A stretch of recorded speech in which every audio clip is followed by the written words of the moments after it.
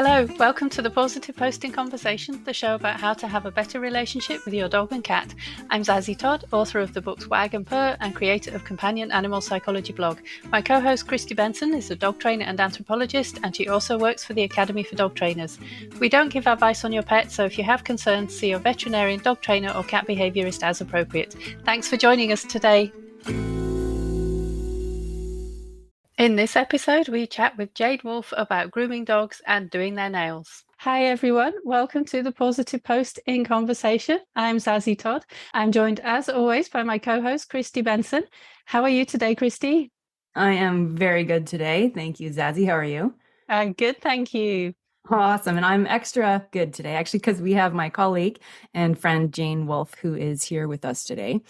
Jane is the co-owner of Good Wolff Dog Training in Ann Arbor, Michigan. She specializes in treating separation anxiety, but we don't hold it against her.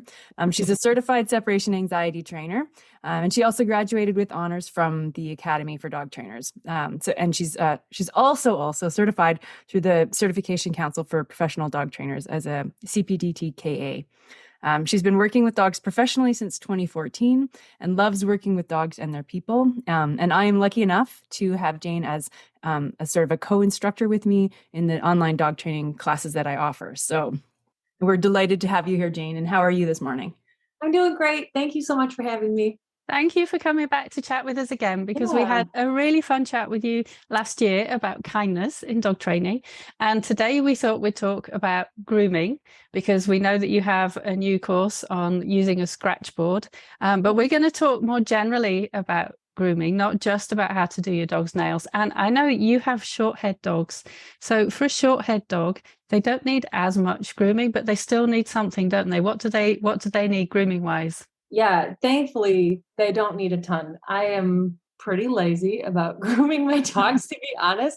So I feel very fortunate that it's not something I have to do a lot. But short-haired dogs have nails. They need to be trimmed frequently, and they can also get disgusting. So like a bath once in a while is really helpful. And they do shed too. Like one of my pit bulls is actually a pit chow mix.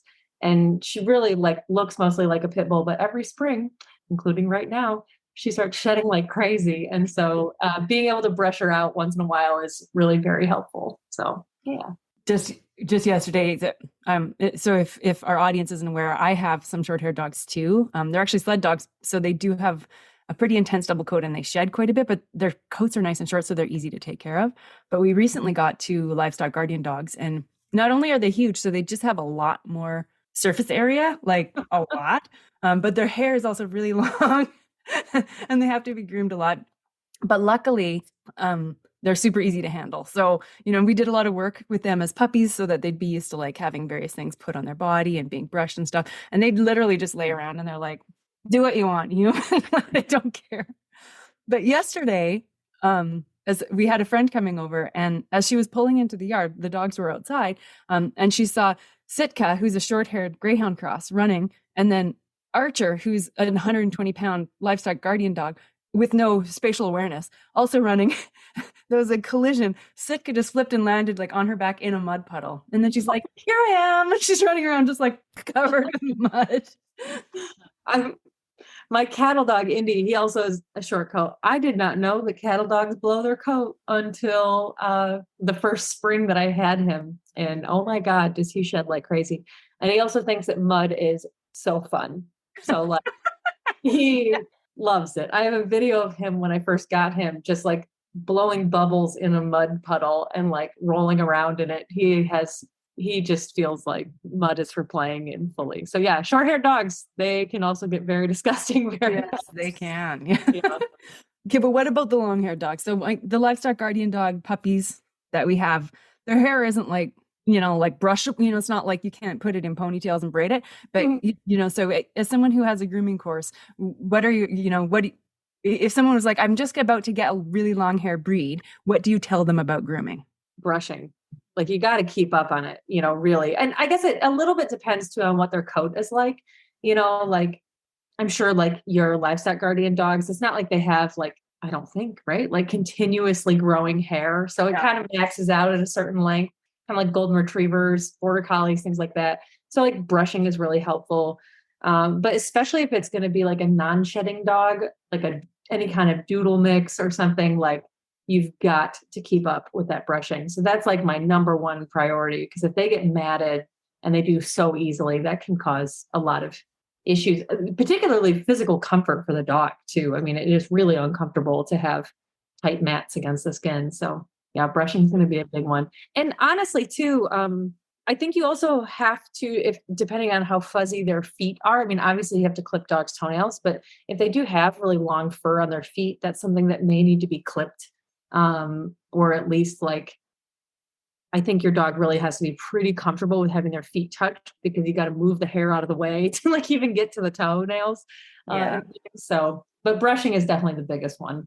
Right? Yeah, so I have a Shih Tzu. So he's only little, and luckily he does not roll around in muddy puddles, thank goodness. But so through the winter we've kept him quite short, because then he doesn't need too much brushing, just a bit every day. But through last summer we kept him quite long, and so he's got very silky hair. It's like my hair, so that's a lot of brushing. And also under his eyes, and I think a lot of dogs you have to wipe around the eyes or wipe on the face as well, especially dogs with kind of folds in the face. You might need to wipe the folds to stop them from getting infections in there too. So yeah, it's quite a lot to think about with some breeds of dog. Definitely. Yeah. A friend of mine is now fostering an English bulldog, and wow, for not having a short coat, the grooming requirements of this dog are massive. Just he's not a very well put together bulldog, to be honest. And so it's a lot of like cleaning between all the folds on his face and in between his toes and things. And it's a lot. Yeah. One thing that I'm so thankful that we thought to do when they were puppies, although the puppies are cash enough that it probably wouldn't matter, is to be able to like manipulate their ears to get the dreads behind them, because that hair is so fine, you know. And it's, I would rather just cut the dreads off than I don't even brush my own hair. I'm not, you know, I'm not gonna like spend all this time making the puppies beautiful. Although when they're brushed out, I do want to take like a portrait, because they do look beautiful. But the dreads behind the ears for sure is something that you just have to deal with. So I was glad that we had Soleil, who has a similar coat, and who taught us the importance of being able to handle your dog's ears like that. Yeah. And then Archer has ear stuff a little bit, so we have to clean his ears out. So just having, you know, that the comfort on his part, us being able to manipulate his ears, reach inside, and, you know, it's wonderful that I'm so glad we thought to do that when they were puppies, for sure. Well, especially, go ahead. Especially too, if there's ever any like ear infection issues too, like even, I mean, Nina doesn't really, she doesn't have hardly any hair on her ears at all, but she has gotten ear infections a couple times. So even me just working on like being able to touch her ears generally has also helped with vet stuff too. So for sure. Yeah, absolutely. So I think we're basing a lot of what our conversation has been up to now just on dogs we have interfaced with in real life. And we all agree that grooming really matters to a dog's, not just their appearance, you know, to their health and to their comfort in their own bodies. So Zazie, what does the research say? Has there been research about, you know, is grooming important, and what kind of grooming is important? What's going on in the literature? Well, there hasn't been as much research on grooming as perhaps we would like, really, but there are 3 studies that I thought I'd mention to you, and they're more about the stress levels of the dog when they're getting groomed, because obviously for some dogs it can be quite stressful.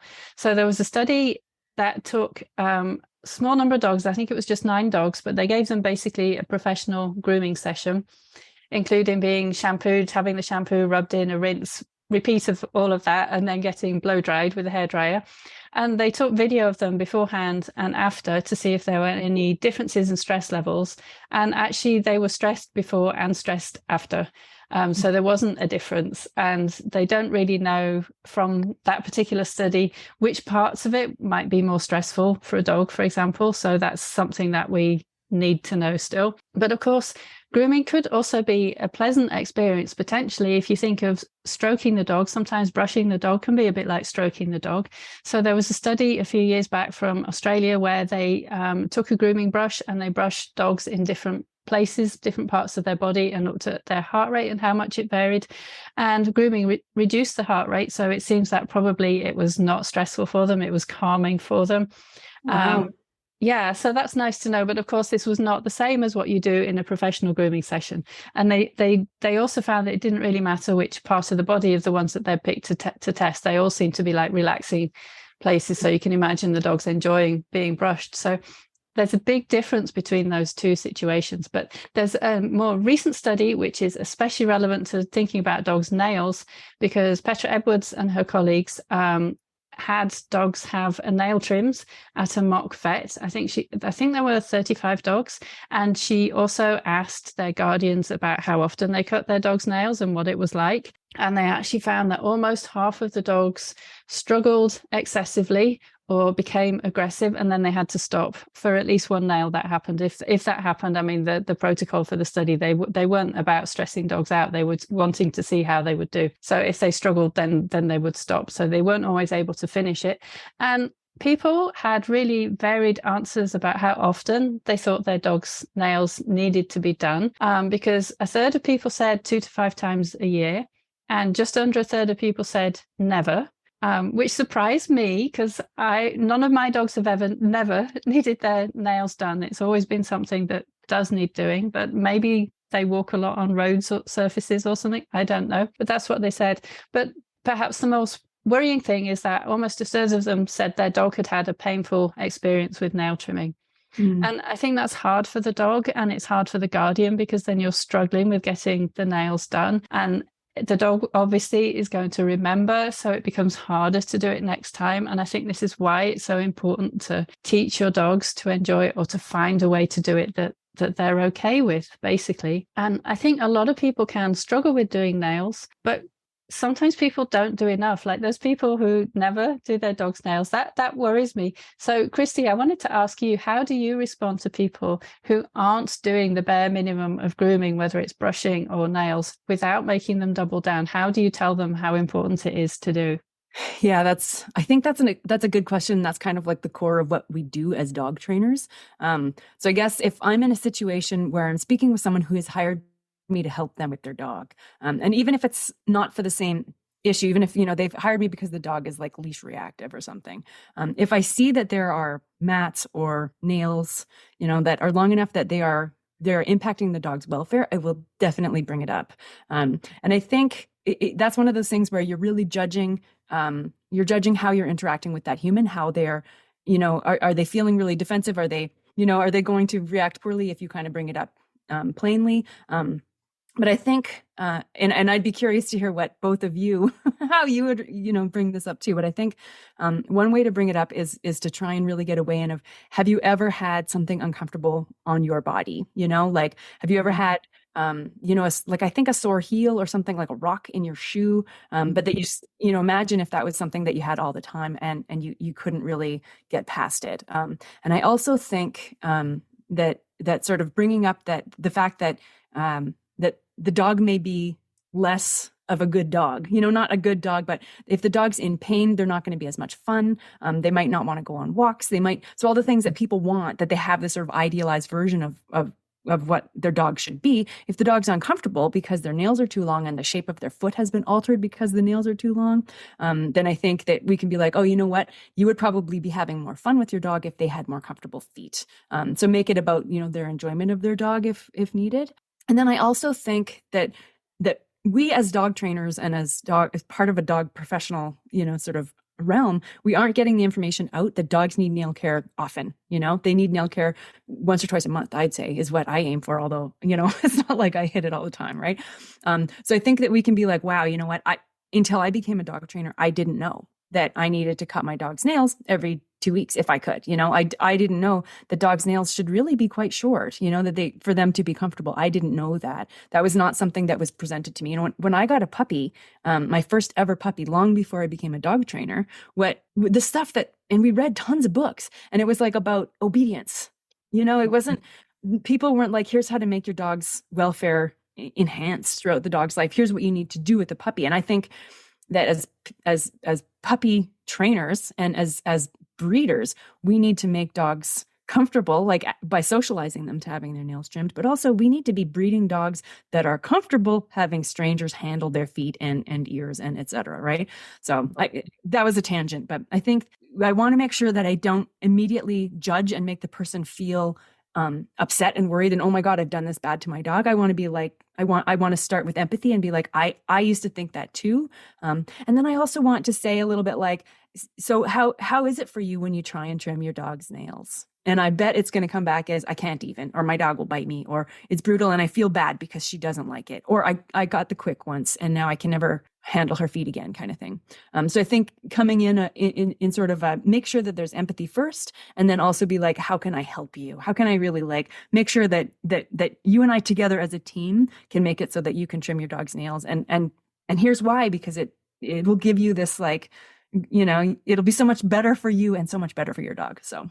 Yeah, I totally same, Christy. I think like, I don't want to come from a place of judgment, because there is a really high likelihood that that person is not grooming their dog because their dog hates it, which I can really respect too. Like, you're not trying to stress your dog out. I so appreciate that. But Nice. Usually I'll also point out like, your dog would probably move through the world more physically comfortable. I often use the rock and the shoe example too. Okay, like, yeah. It is annoying, it hurts kind of. And then I often will just give them some like, hey, we can actually make your dog like this. We can make this a fun experience for the both of you. Let me help you with that, So. Yeah. And the thing about the fur as well, it's not just their comfort in terms of not having knots that pull, it's also their temperature regulation, because the fur is so important for keeping them not too hot, not too cold. And if they have big knots, then it's not working properly like it should do. So that's quite a problem for the dog, really. I think about vision a lot too, especially with like when I used to work with more reactive dogs, especially small dogs, where I'd be like, they can hardly even see. This little guy needs like a ponytail or something, so that he can actually perceive what's going on around him. It might actually change our training plan a little bit if he's physically able to see better. So yeah. So I know the dog need a ponytail. a little Brett. Yeah. Yeah.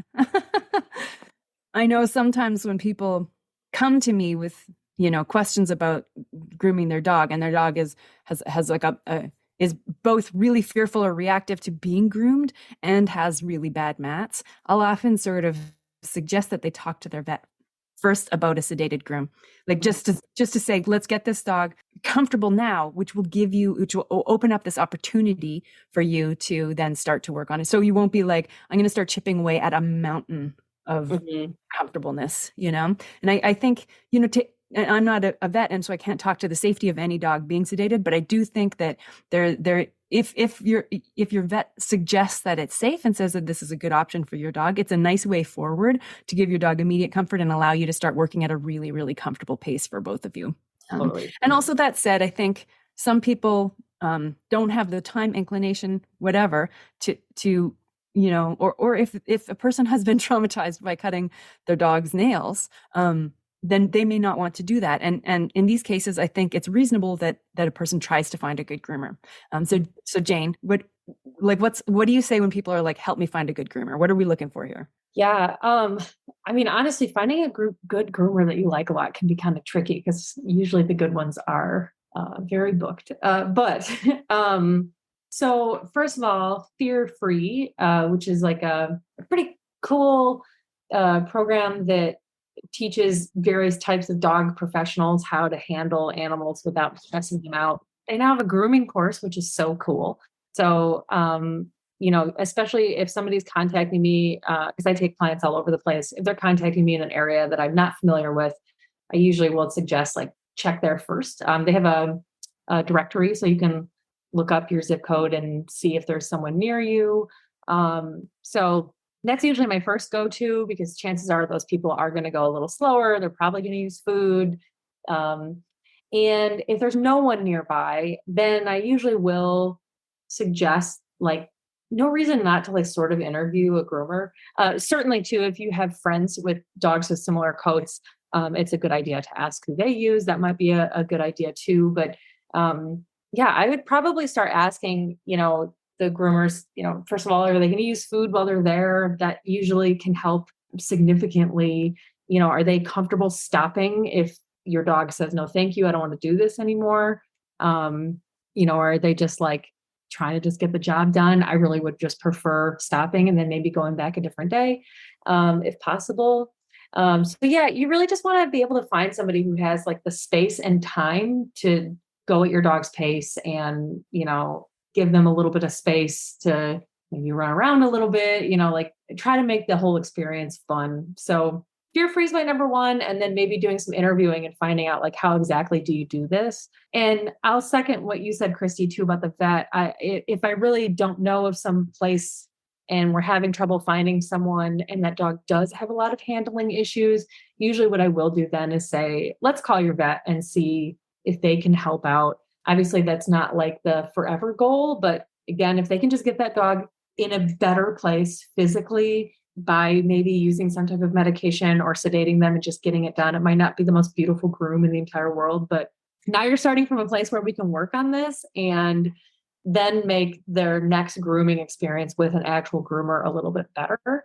And lastly, I know you were asking about finding a groomer, so that assumes that they really don't want to do it themselves. But, it's not a bad idea to have some skills to at least maintain between grooms, or maybe to lengthen the time between grooms.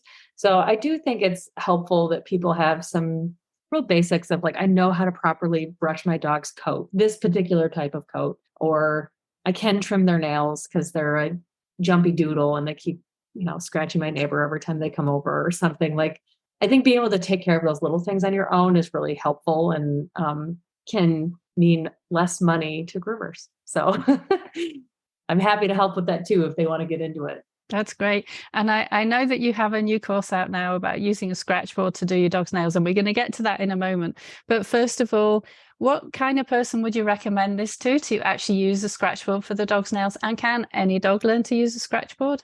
Totally. Any dog can do it. And I say anyone should do it. Like, really, if you're up for it, do it. I think that, like, first of all, the training for it is not hard. Like, I've taught dogs to do it in a day. Like, it really, even dogs that had a harder time, I was done with it by the end of the week. Like, it really didn't take that long, and it's fun. Like, my dogs get, like, when I bring out my scratch board now, the other dogs are like screaming at me because they're like, it's my turn. Like, I have to start separating dogs, and like, you guys are going to get in a fight over the scratch board right now. Like, we can't have that.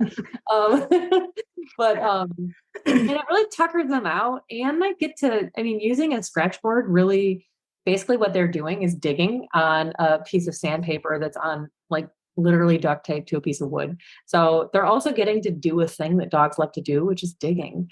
But they're doing it in this like controlled way that's also helping you. So yeah, I think it really is a fun project to do with your dogs. Even if your dog likes having their nails trimmed, there's no reason that they can't like at least get it started for you, and then you can get their dew claws and be done. And I really think any dog really can do it. My senior dogs still like to do it. I keep it easy for them. Like, we put both of my girls are probably close to 13 now, so their joints are a little sore now, and so I make sure they've got like a grippy mat under it so they don't slip, because they are only on their back feet when they're doing it. And you may, certainly if your dog has some type of disability, maybe they're missing a limb or something, you might have to modify the plan a little bit. But I feel like they could still probably do it. I've seen like tripod dogs do things that I'm like, this is incredible to me that you are just doing this. And I have a friend who has deaf and blind dogs, and they also can do a scratch board. And my deaf dog loves his scratch board. That doesn't really make too big of a difference for this, but I don't see any reason that a blind dog couldn't do it either, because it's usually quite large. And so, yeah, I think everyone should do it. It's fun. Cool. Yeah. So I think one of the things that I find personally is I don't particularly like cutting my dog's nails. All of my dogs are now comfortable having their nails done, but there's so many of them and there's so many nails. It's a chore, so I find myself putting it off. So what tips do you have for your clients about how to remember to do it, or how to like motivate themselves to do it as often as needed? And how often do you recommend that people cut their dog's nails? I'm going to be honest, I'm also lazy about this. And I think honestly, because my dogs don't require a whole lot of grooming, it is really easy to forget. So I likewise try to do it about every 2 weeks. If we've been on a lot of walks on the cement, or they've been playing in my driveway or something, I maybe don't have to do it as frequently. So like winter, I usually have to do it more than in the summer. So honestly, I do it by how my dog's nails look more than anything, but I would say it's probably about every 2 weeks or so. And it's an easy thing to forget about sometimes, to be honest with you. I I really, it's often something I do in the evening when my dogs are driving me nuts and I want to unwind. So I try to, at least most nights of the week, do like something fun with them in the evening before we wind down for the night, just so that they'll kind of settle in. And often that's when I end up doing their nails. Another thing I was thinking about, I realized I do, and this isn't as frequent as I would hope, but every month on the first of the month, they get their heartworm and flea preventative. And I often also use that day to be like, all right, let's clean your ears out. Let's make sure your teeth are okay. Yep. Okay, great. Your teeth are fine. I should brush them and I don't do it as often as I should, but I know. And that's often also when I'm like going to give them a bath as well. So I think that's also a time that I'm like, let's take care of those nails too. So that's something I do very scheduled. I don't forget. It's also when I have to like pay a lot of my bills. So it's like a big day, the first. So I think it is not a bad idea though, to like maybe tie it to another thing you already do with your dog regularly and try to make it sort of a habit and a routine. Thankfully, my dogs also like having their nails clipped now. So it really is now something that I look forward to and not something I'm just putting off, where in the past it was something that I was like, oh my God, I can hear your toenail. You can hear her toenails right now. I don't know if you heard that, but they need to be done soon. But that used to really stress me out, to be like, oh my God. And then I don't want to do it. I put it off because I know it's going to be just like such a hassle. And now I'm like, let's do something fun. I'm going to go Dremel Nina's nails now, So yeah, try to tie it to something you already do. And if that ends up just being the like once a month thing to start, I think that's a great place to start with. Good. Timber and Soleil both like getting their nails cut. So, well, they don't like getting their nails cut, but they like the treats. And they recognize that this context is coming, right? So I have to put Timber in like my bedroom and shut the door. And then Soleil will stand at the door and be like, it's on, I'm going to brawl. And Timber will be like, no, it's on back, I'm going to brawl you. So they like guard the nail cutting context because they get so much delicious food. My dogs used to, my old dog Gomez, he loved getting his nails dremeled. And sadly, he has passed now. But if we were dremeling another one of the dog's nails, you could find him trying to lay as close to you as possible on his side, because that's how he do his nail, with his little feet out, just wagging his tail. And every once in a while, he'd like paw at you, like, come on, me next, bud. Like, come on, me next. It was just so cute to be like, he just put himself into position and was like, I'm ready. I love it. Yeah. And I think if there's people in our audience right now who aren't familiar with how we train dogs to be comfortable having their nails trimmed, I just want to clarify that none of our dogs are like that to start with. I suspect many of, unless you're lucky enough, like us with the puppies, we were able to condition them to be comfortable having their nails handled as puppies before they became juvenile dogs, which makes a huge difference. But if you get a dog as an adult and they already don't like it, which is very typical, and I think most dogs naturally don't, then our dogs are like this and they enjoy their nails being trimmed because we trained them. So it's not like a characteristic that some dogs have. And well, my dog doesn't like nail trims. No, they're just not trained. So there are awesome training plans which will walk you through. And in a short period, a couple of months, you will have a dog who will also be pawing you or fighting another dog because they want their nails trimmed. So I just wanted to put it out. It's not like a trait. It's a training task. Yeah. Oh yeah. Nina, who you've seen kind of wandering around, who suddenly has decided to wake up from her nap the moment I'm on camera, of course. But Nina was a extremely hard to handle dog when I first adopted her. I got her as an adult, and like she tried to bite me one time changing her collar. It was like she is not the friendliest. Did not used to be the most friendly dog. And now I have a video. The video may be in my course too. I can't remember if it's in there or not.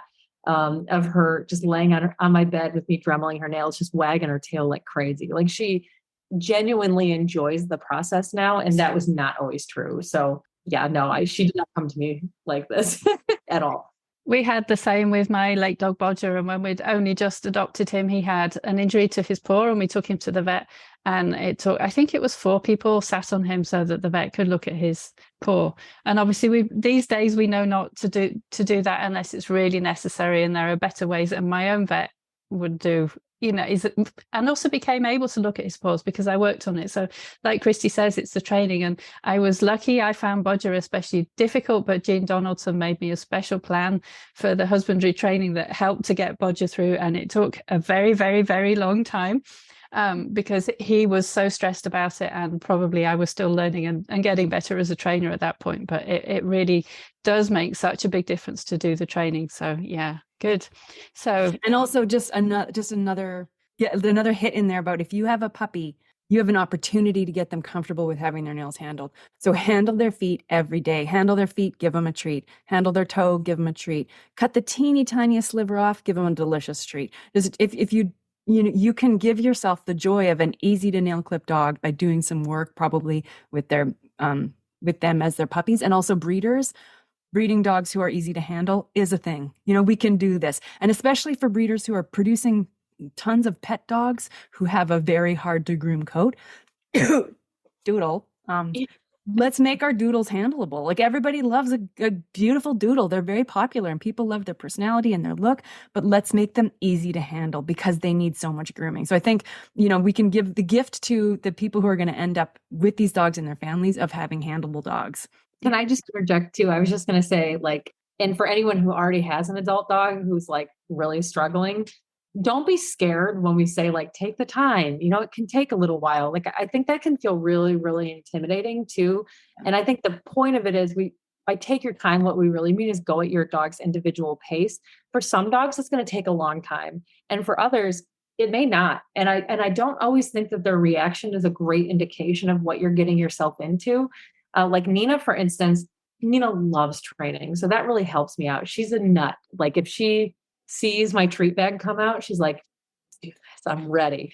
Nina was a very handling shy dog. She had been aggressive in the past.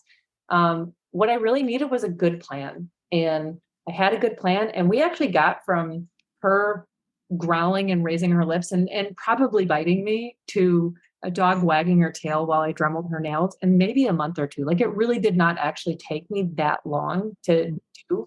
If your dog takes longer than that, that's also totally normal. My cattle dog, who I had as a puppy, did work on, he's 8 months. So we did work on foot handling. He unfortunately had an injury. Now he does not want his feet touched. And that's been many, many months of just getting him comfortable. So it really just depends on the dog. So don't be immediately intimidated if you're oh my God, I'm going to spend 4 years working on this. You might not, just make sure you're going at your dog's pace. So yeah, that's so important. So we're here with Jane Wolff of Good Wolff Dog Training, and we've been talking about grooming. And now it's time to move on to the news and books section. And I know you have some big news, Jane, because you have a brand new course all about using a scratch board to do your dog's nails. Tell us about it. Yeah. So the scratch board is called Start from Scratch. And the course, it's free. So anyone who wants it can just have it. And really what it is sort of a mini course that came from my larger grooming course. So the larger course is called Fresh and Fearless, and it covers nail trims, baths, and brushing. So I kind of pulled out just this piece of that course just to teach dogs how to use a scratch board. And I really like this a lot because, so as I mentioned, the scratch board is basically a piece of wood with some sandpaper on it. It's very simple. And you basically teach your dog to dig at it, and that files their nails down. It's primarily just going to work on the front nails. So those tend to get a little bit longer than back nails though too. And there are some ideas in the course too for how to keep all of their nails looking pretty good. But they dig at it and then file their nails down themselves, which is really great. So the course has a step-by-step training plan and a video that goes along with it, where you can see me teaching my dog Asha, literally from scratch. She'd never done it before. So it's me starting at the beginning and going through all the steps and walking you through how to do it yourself. That's awesome and amazing that it's free as well. So if someone wants to do this, where do they go to find it? They're going to find, it's going to be on Christy's site soon, along with my other course. They'll be able to find it at christybenson.com, where it has all of the courses that we have. Perfect. Thank you. And I have some news today too, because I'm really excited that the paperback edition of Purr, The Science of Making Your Cat Happy, will be out on June the 6th. So that's really exciting to me. The hardback has been very well received, and I'm thrilled that it's going to be a paperback as well. So for anyone who prefers a paperback, you can get that very, very soon. And as well, I've got 2 webinars to tell you about. So in May, I'm presenting 2 webinars. One is about how to make your dog happy, and that's on Tuesday, May 9th at 10 a.m. Pacific or 1 p.m. Eastern. And the other one is how to make your cat happy, and that's on Tuesday, May 30th at 10 a.m. Pacific as well, or 1 p.m. Eastern. And both of those are free, and they're about how to make your dog or cat happy according to science. So they've got lots of tips in them, including tips from my books. And I'll put the link to that in the show notes, so you'll be able to sign up for that at my website, companionanimalpsychology.com as well. So talking about books, the book club has moved on to a new book, and this month the book club is reading Sentient by Jackie Higgins. It's called Sentient: How Animals Illuminate the Wonder of Our Human Senses. And it's a really interesting read because she takes different animals which have amazing senses that are different from ours, but then she relates it back to our own sense. So for example, it starts with vision, and the first chapter is about color vision and what it tells us about our own color vision. The second chapter is about, I think it's called a spookfish. I can't remember its Latin name. Anyway, some creature that lives very, very deep down in the sea, and it has adjusted its eyes. It has like 4 eyes. And it's got amazing eyes, and she uses that to tell us about our own vision in the dark. And she's got chapters about catfish and taste, a mole and our sense of touch, obviously a dog for smell. She's got a bloodhound, and what the bloodhound's nose tells us about our own sense of smell. So it's really interesting because it relates what we know about the animals back to us and our own sense. It's really a book about us. So that's what the book club is reading this month. And if anybody wants to join the book club, it's a Facebook group, and it's open to anyone who is a subscriber to my newsletter. And again, the link to that will be in the show notes. So Jane, what are you reading at the moment? Yeah. So I just finished this book. It's called All That She Carried, and it's by Tiya Miles.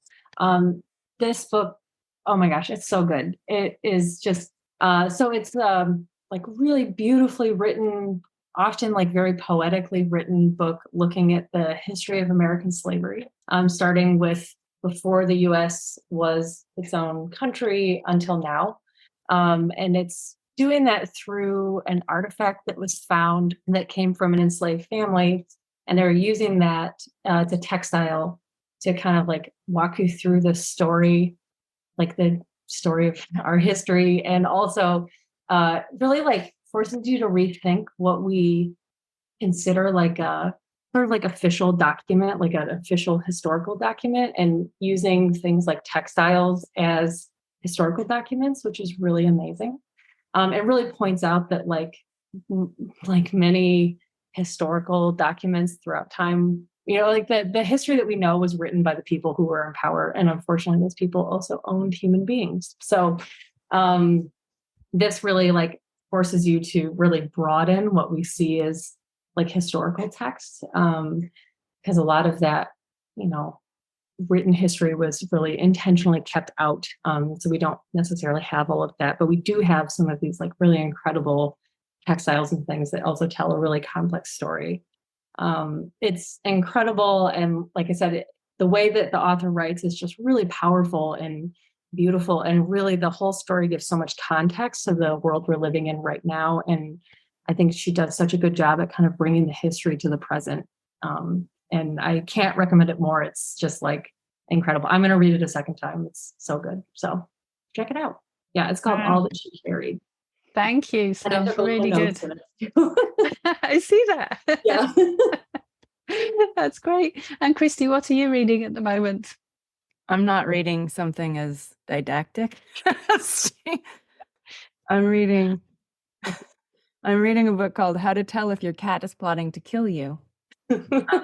It's by the Oatmeal dude.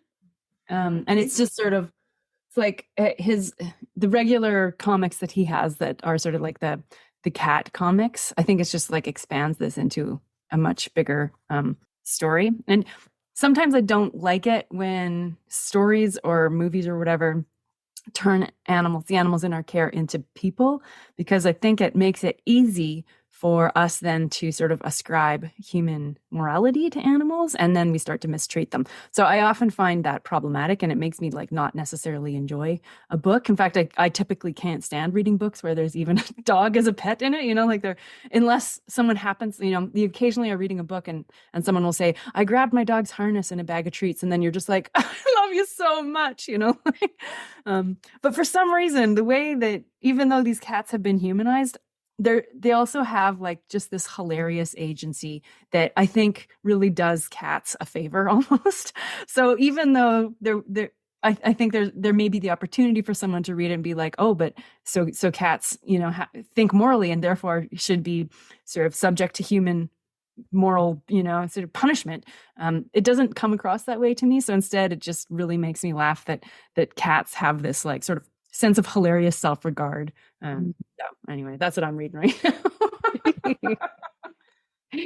Sounds fun. And then my book is very different again, because I'm rereading The Leopard by Giuseppe Tomasi de Lampedusa, and rereading because I read it for the first time decades ago with a book club that I was in at the time. But I picked it up because I saw there's a novel that came out last year about the writing of this book. And I've got that novel. It's called Lampedusa, but I haven't started it yet. And I thought I'd like to reread this first. And it's also because I felt like reading a book about decay and demise. And really, that's what this book is about, because it's about a Sicilian prince, Don Fabrizio, and the decline of his family. And he lives somewhere where other people are starting to get money. The mayor of the town where he lives has engaged in various illegal business dealings and got lots of money as a result. So he's new rich.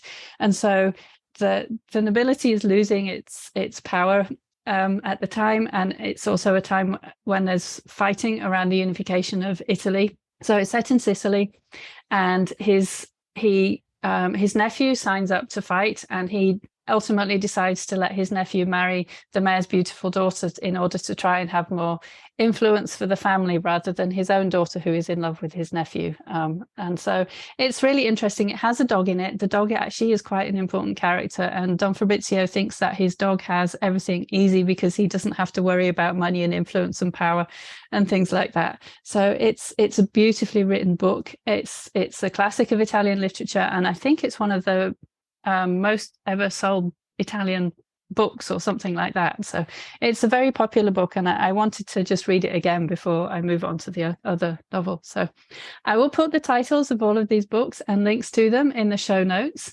Thank you so much for joining us today, Jane. If someone wants to know about your courses, Fresh and Fearless or Start from Scratch, they go to christybenson.com.